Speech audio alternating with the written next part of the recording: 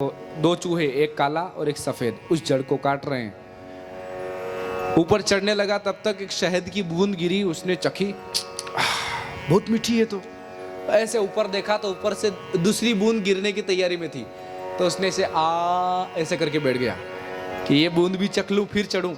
दूसरी बूंद गिरी, उसने चखी, चढ़ने ही वाला था कि तीसरी बूंद फिर लटक गई उस छत्ते में से। मधुमक्खी का छत्ता था, उस छत्ते में मधुमक्खी जानते हो ना, उसके छत्ते में से ऐसे बूंद लटकने लगी। तो अब वो उस बूंद को पीने में मगन हो गया। क्या मीठी है, वाह वाह वाह, ऐसे करके मगन हो गया। अब वो भूल गया कि मैं जहां लटका हुआ हूं इस जड़ को दो चूहे काट रहे हैं, काला और सफेद। जड़ कटी के नीचे गिरा, और नीचे गिरा कि वो अजगर बैठा है। आप जानते हो वो व्यक्ति कौन है? वो व्यक्ति है आप, हम सब। बोलो राधे राधे।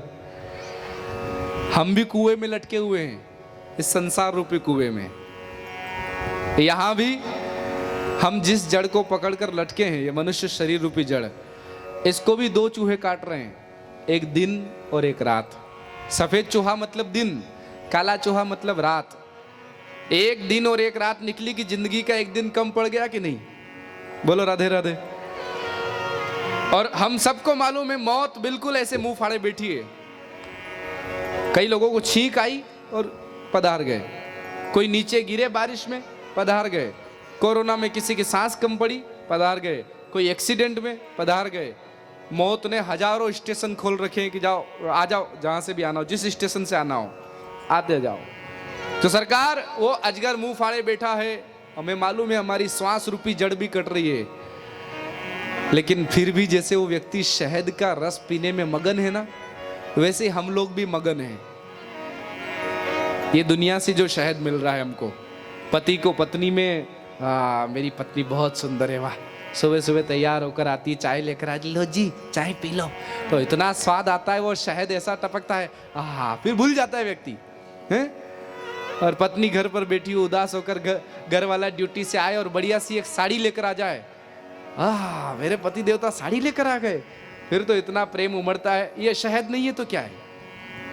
बुढ़े हो गए, बुढ़ापा आ गया, लेकिन बुढ़ापे में भी माला लेकर बैठे कि भगवान का नाम लें, लेकिन गोद में आकर नातू बैठ गया।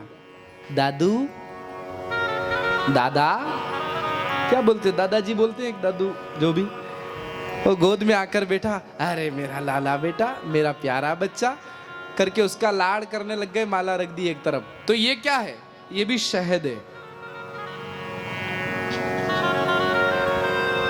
ये दुनिया में जो जो भी हमें दिख रहा है ना, सब शहद है। पिता को पुत्र में, दादा को नातू में, पति को पत्नी में, पत्नी को पति में, ये जो प्रेम दिखता है सब शहद है।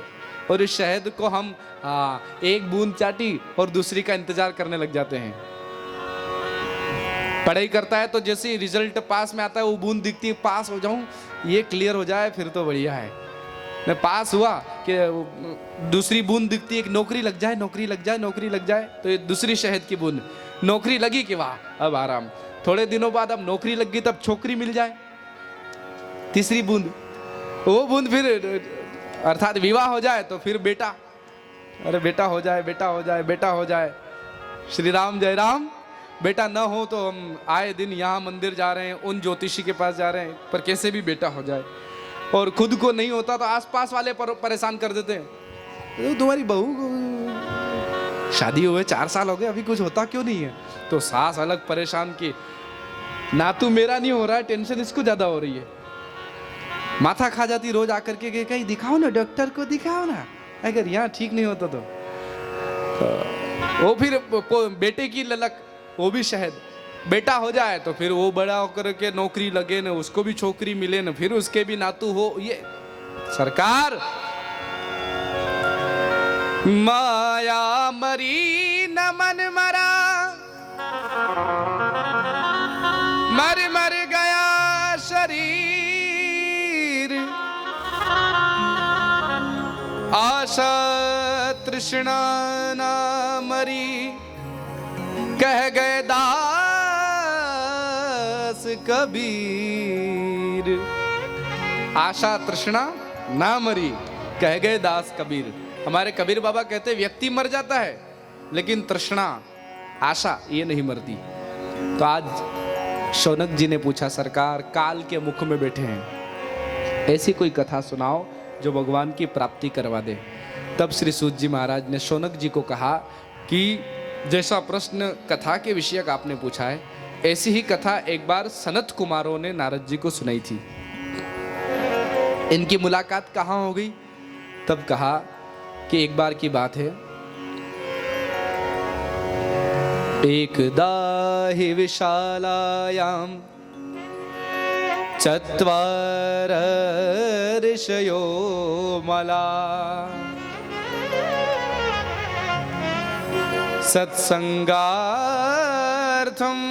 समायाता ददृशुस्तत्र नारदम्। विशालापुरी, बद्री विशाल। बद्री विशाल तो गए हो ना? हाँ, काफी लोग गए होंगे। बद्री विशाल में सनत कुमार आज भी निवास करते हैं, आज भी वे साधना करते हैं, आज भी वहां रहते हैं। तो एक बार सनत कुमारों ने देखा कि नारद जी महाराज कहीं से उदास लटका हुआ चेहरा लेकर आ रहे हैं। अब नारद जी का उदास चेहरा देखा तो सनत कुमारों ने तुरंत प्रश्न किया, महाराज क्या कारण है, ऐसा उदास चेहरा लेकर क्यों घूम रहे हो? गत वित्तो यथा जनः, जैसे किसी व्यक्ति का वित्त चला जाए, आयकर का इनकम टैक्स रिटर्न वालों का छापा पड़ जाए और व्यक्ति जैसे घबराता है, अरे बाप रे अपने आप जाने कौन सी फाइल खुलेगी, क्या पता क्यों बुलाया ईडी ने, क्या होगा, कौन से पर्चे खुलेंगे, कौन सी पुरानी बातें, व्यक्ति जैसे घबराता है हैं? लोग इतना रखते हैं, बाप रे बाप। स्कूटर से चलते हैं और छापा पड़ता है तो फिर वो पाइप की, उस ड्रेनेज पाइप की वो उसके अंदर से नोटों की गड्डियां मिलती है। और ये करोड़पति अरबपति व्यक्ति चलता कैसे? बोले स्कूटर से चलता था। बोलो राधे राधे। तो उस समय जो स्कूटर से चलने वाले के घर छापा पड़े और उसके चेहरे पर जो 12 बजती है, आज सनत कुमारों ने कहा ऐसे ही आपके चेहरे का भाव दिख रहा है, गत वित्तो यथा जनः, जैसे किसी का धन चला जाए। उदासी का कारण क्या है महाराज? आप तो भक्त हो और भगवान का दास कभी न हो उदास। बाकी सब उदास हो सकते हैं पर भगवान का भक्त कभी उदास नहीं होता, दास कभी उदास नहीं होता। न भगवान उदास होते हैं, भगवान कृष्ण जीवन में कभी उदास नहीं हुए, और न भगवान के भक्त कभी उदास होते हैं। बोलो राधे राधे। महाराज आप उदास क्यों हैं? तो नारद जी ने कहा मेरी उदासी का कारण मैं नहीं हूं, कोई और है। संत अपने दुख से कभी दुखी नहीं होता, संत दूसरों के दुख से दुखी होता है, और ये संत की परिभाषा है। दूसरों को दुखी देखकर जो दुखी हो जाए वो संत है, और दूसरों को सुखी देखकर जो सुखी हो जाए वो संत है। अच्छा, दुष्ट कौन, असंत असज्जन कौन?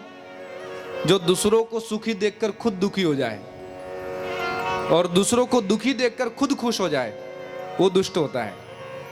आपके पड़ोसी की 3 मंजिल बिल्डिंग बनने लग जाए और छत डलती हो, बढ़िया कलर हो जाए, बढ़िया पीओपी लगने लग जाए, बढ़िया लाइट फिटिंग हो जाए और बढ़िया उसके घर पर चमाचम हो जाए, और अगर आपका खून जल रहा है, 3 मंजिल हो गई मेरे सामने, तो अभी व्यापार फैलाया, इतना बड़ा बंगला बना लिया, अगर आपको दुख हो रहा है तो समझ लो आप संत नहीं बन पाए।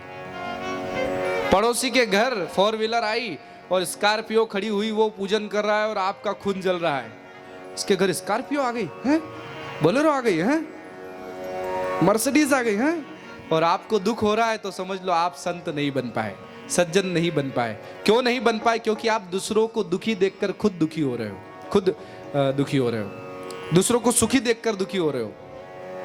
हाँ, अगर किसी के लड़के का विवाह हो, किसी के घर गाड़ी आए, किसी का बंगला बने और उससे ज्यादा खुशी आपको हो जाए, वाह वाह, और लोगों को बोलो देखो मेरे पड़ोसी ने कितनी उन्नति कर ली, देखो गाड़ी आ गई, बंगला बना लिया, आपको खुशी मिल रही, तो समझना कि आप संत बन रहे हो, आप सज्जन बन रहे हो। ये सज्जन की निशानी है। पर ऐसा होता नहीं हो, बहुत मुश्किल है पड़ोसी की उन्नति देख करके भी खुश होना। दुख का कारण ही यही है कि हमारा पड़ोसी इतना आगे कैसे बढ़ रहा है। बोलो राधे राधे। है कि नहीं? नहीं, बरवाड़ा के लोग नहीं, आपकी बात नहीं हो रही। आप पड़ोसी को देखकर दुखी नहीं होते हो। पड़ोसी उन्नति करे आपको दुख थोड़ी होता है। क्या होता है?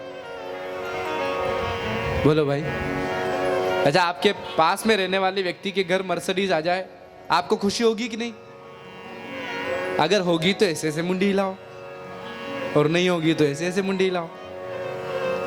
अच्छा, आपके पड़ोसी का उसके लड़के का विवाह हो, और विवाह में वो बिल्कुल 4-5 हजार लोगों का भोजन रखे, बढ़िया बफर डिनर और ये वो सब रखे, खूब सोना चांदी लुटाए, तो आपके चेहरे की क्या दशा होती है? अगर आपको खुशी होती है तो ऐसे ऐसे मुंडी हिलाओ। आपके सोचो, होती है खुशी? किसी की मुंडी नहीं हिल रही है ना। मैं तो हिला नहीं सकते क्योंकि पास वाला देख लेगा, हो सकता पड़ोसी बैठा हो, तो अगर मेरी उन्नति देख करके तुझे खुशी नहीं होती, तो यूं तो मुंडी हिला नहीं सकते, पर यूं की भी इच्छा नहीं हो रही कि यूं भी हिला दे। बोलो राधे राधे। इसका मतलब मौनम स्वीकृति लक्षणम।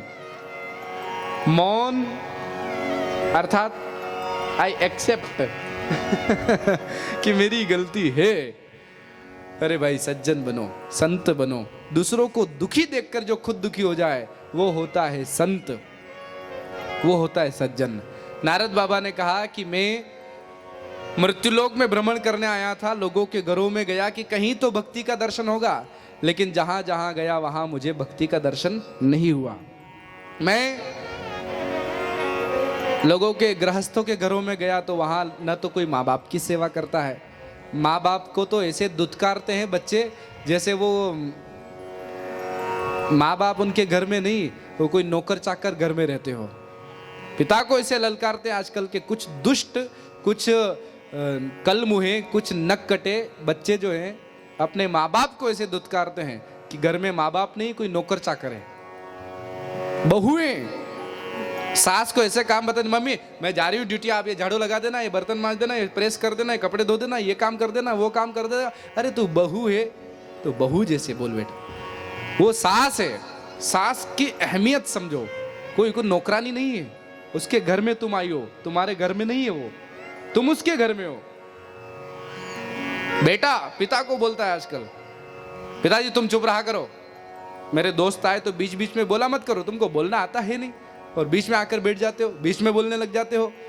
ऐसे बच्चों को चुल्लू भर पानी में डूब मरना चाहिए, और ऐसे नक कटों को, ऐसे कलमुहों को तो घर में रखना ही नहीं चाहिए। माँ बाप के सामने जो उंगली उठाए, बाप को जो आंख दिखाए, ऐसे बच्चे को लात मारकर भगा तो पर घर में मत रखो।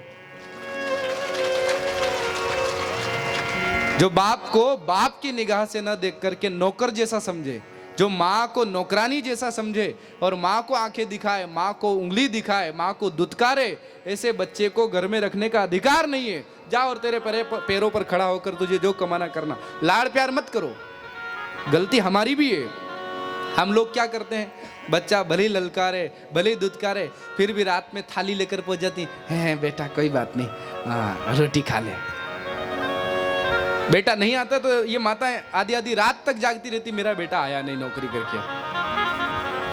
ऐसा हृदय मत रखो। माँ हो लेकिन जैसा दुष्ट बेटा अगर घर में है तो ऐसा हृदय मत रखो, थोड़े कठोर बनो। हाँ, अगर बेटा अच्छा है ना तो वो नहीं आए तब तक रोटी ना खाओ, एक बात अलग है, वो आपकी ममता है। पर जो बेटा आपको कुछ मानता नहीं, थोड़ी सी नकेल कसने की आवश्यकता है। बच्चों के बिगड़ने का सबसे बड़ा कारण है माँ बाप। बुरा मत मानना, लेकिन जहां तक मेरी बुद्धि कहती है कि धृतराष्ट्र और गांधारी के द्वारा 100 पुत्र उत्पन्न हुए, 100 के 100 दुष्ट निकले। कारण क्या था? धृतराष्ट्र को दिखाई नहीं देता था और गांधारी ने आंखों पर पट्टी बांध ली। वही दशा आज हमारी है। जैसे वो अंधे बनकर बैठे थे तो बच्चों को शिक्षा कहां से मिले? बच्चे बिगड़ना ही थे। उसी प्रकार आज हम लोग भी आंखों पर पट्टी बांधकर बैठ गए हैं। हमें दिखाई देता है पर हम देखना नहीं चाहते कि बच्चे क्या कर रहे हैं, बेटी क्या कर रही है, बेटा क्या कर रहा है, हम जानते हुए भी नहीं जानना चाहते। आधी आधी रात में बेटा मोटरसाइकिल लेकर के चौराहों का चक्कर काट रहा है, शिरपुर घूम रहा है, वरवाड़े घूम रहा है, फलाने गांव घूम रहा है, और घर आधी रात में भी आया, वो 12 बजे आया, 2 बजे आया, तो भी माँ वो भोजन की थाल लेकर तैयार खड़ी है, तो इसका मतलब बेटा बिगड़ नहीं रहा है, वो माँ बिगाड़ रही है। ऐसे अंधे बनकर मत बैठो, गांधारी मत बनो, धृतराष्ट्र मत बनो, पिता हो, डरो मत। आधी रात में बेटा घर आ रहा है तो पिता को बोलना चाहिए बेटा कहाँ था, नहीं तो कल के बाद वो आपका मुंह काला करेगा, आप दुनिया के सामने रहोगे हमें तो मालूम नहीं था। सब मालूम था। आधी रात में बेटा कौन सी नौकरी करके आ रहा है, कौन सा सत्संग सुन के आ रहा है, आधी रात में आ रहा है मतलब उल्टे कर्म करके ही आ रहा है। किसी की नाइट ड्यूटी हो डिफरेंट मैटर, परंतु ऐसे चौराहे पर चक्कर काटने वाले, आधी आधी रात में जन्मदिन मनाने वाले और दूसरे के घरों में ताक झांक करने वाले, लड़कियों को छेड़ने वाले, और ऐसे बच्चे जब आधी आधी रात में घर आते हैं और कल के बाद आपका मुंह काला करते हैं तो बिल्कुल मत रोना, क्योंकि उस बच्चे ने मुंह काला नहीं किया है, आपने खुद ने अपने हाथों से काली पोती है। गांधारी बनकर बैठी थी, धृतराष्ट्र बनकर बैठे थे, तो बेटे को मौका मिल गया। बेटी आधी आधी रात तक बिस्तर में घुस करके वो चैटिंग कर रही है और माँ को मालूम भी है कि इसकी चैटिंग कहीं ना कहीं चल रही है, ये मोबाइल आधी आधी रात में बिस्तर में क्यों चल रहा है, फिर भी माँ कुछ नहीं कहे तो माँ नहीं, वो गांधारी है जो पट्टी बांध कर बैठी है। फिर वो बेटी कल के बाद कॉलेज से कहीं बाहर भाग जाए तो उस माँ को कोई अधिकार नहीं रोने का, क्योंकि वो बेटी नहीं भागी है, उस माँ ने बेटी को भगाया है। जब वो आधी आधी रात में ऐसे मोबाइल में कई बातें कर रही थी तो आपको नहीं पता चला, आपने क्यों उससे वो नकेल नहीं कसी, क्यों नहीं पूछा कि बेटी क्या है, क्यों हमारा मुंह काला करना चाहती है। धृतराष्ट्र गांधारी न बने, लाड़ प्यार करो, खूब करो, बच्चों से करो, पर उनको संस्कारी भी बनाओ। धुंधुकारी भी पैदा हो गया घर में, मालूम भी, और फिर भी लाड़ प्यार कर रहे हो। नारद बाबा ने देखा कि ऐसे ऐसे घर जहां न कोई माँ बाप को पूछ रहा है, माँ बाप भी कुछ नहीं बोल रहे हैं। गृहस्थ का धर्म है आचार्य देवो भव, अर्थात आचार्य जितने भी हो, ब्राह्मण हो, संत हो, वो सब देवता का रूप होते हैं। अतिथि देवो भव, अतिथि भगवान का रूप होता है। मातृ पितृ देवो भव, माता पिता देवता का रूप होते हैं। लेकिन नारद बाबा गृहस्थों के घरों में जाकर देखते हैं तो न कोई अतिथि को भगवान मानता है, न कोई माँ बाप को भगवान मानता है, न कोई आचार्य को भगवान मानता है। बोलो राधे राधे।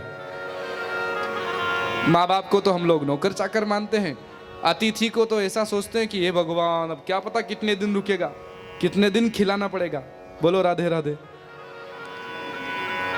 पुराने समय में नाना भाऊ, पुराने समय में हमारे घर मेहमान आते थे तो हम लोग खुश हो जाते थे, अरे वाह मेहमान आए हैं। उनको 2-2, 3-3 दिन तक रोकते थे, कोई 10 दिन तक रोकते थे, कोई महीने भर रोकते थे। अरे रुक जाओ, 1 महीने बाद चले जाना। रोकते थे कि नहीं?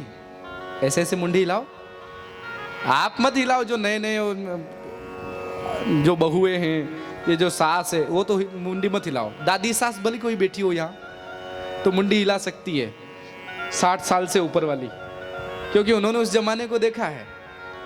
बोलो राधे राधे।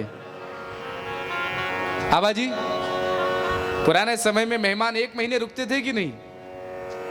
आजकल 1 दिन भी रुक जाए ना तो शाम को ही श्रीमती जी घर में जो है वो पूछ लेती है, अच्छा भैया जी आपको कल तो जाना होगा है ना?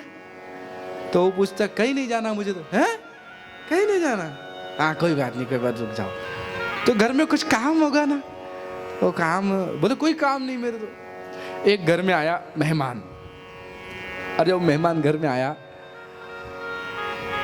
सुबह का भोजन तो वो कंजूस व्यक्ति था जो घर का मालिक था, बड़ा कंजूस, उसने सुबह का भोजन तो करवा दिया, लेकिन वो सोचने लगा शाम को भी करवाना पड़ेगा। तो अपने बेटे से कहा, बेटा जब मैं मेहमान के पास में बैठूं ना, उस समय आकर पूछना कि शाम को भोजन में क्या बनाना है। तो दोपहर का वक्त था, मेहमान और वो घर का मालिक दोनों बैठे हुए थे। बच्चा आया और पिताजी से पूछा, पिताजी शाम को भोजन में क्या बनाए? तो उस व्यक्ति ने कहा, शाम को? अरे अभी तो भोजन किया था थोड़ी देर पहले, शाम को फिर भोजन? हम कोई राक्षस हैं जो शाम को भी भोजन करेंगे? बार बार भोजन ही करते रहेंगे क्या? और कुछ काम नहीं है क्या? हाँ, मेहमान को अगर इच्छा हो तो पूछ लो। अब बेचारा मेहमान हाँ करे तो राक्षस। तो मेहमान की तरफ देखा बच्चे ने, तो मेहमान ने भी कहा ठीक है कोई बात नहीं, नहीं करेंगे, हमारी भी इच्छा नहीं है। हाँ बेटा ठीक है कोई बात नहीं। अब वो शाम को भोजन नहीं किया, फिर भी पट्ठा गया ही नहीं, वहीं रुक गया, भूखा सो गया पर घर से गया नहीं। तो दूसरे दिन तो दोनों ने कहा आप कैसे भगाएं? तो पत्नी ने कहा कि ऐसा करते हम दोनों घर में झगड़ते हैं, और ये इस मेहमान देखेगा तो सोच लेगा कि ये दोनों झगड़ रहे हैं, अब घर में क्या करना रुक करके, तो ये चला जाएगा। तो पति पत्नी दोनों अंदर घर में झगड़ने लगे।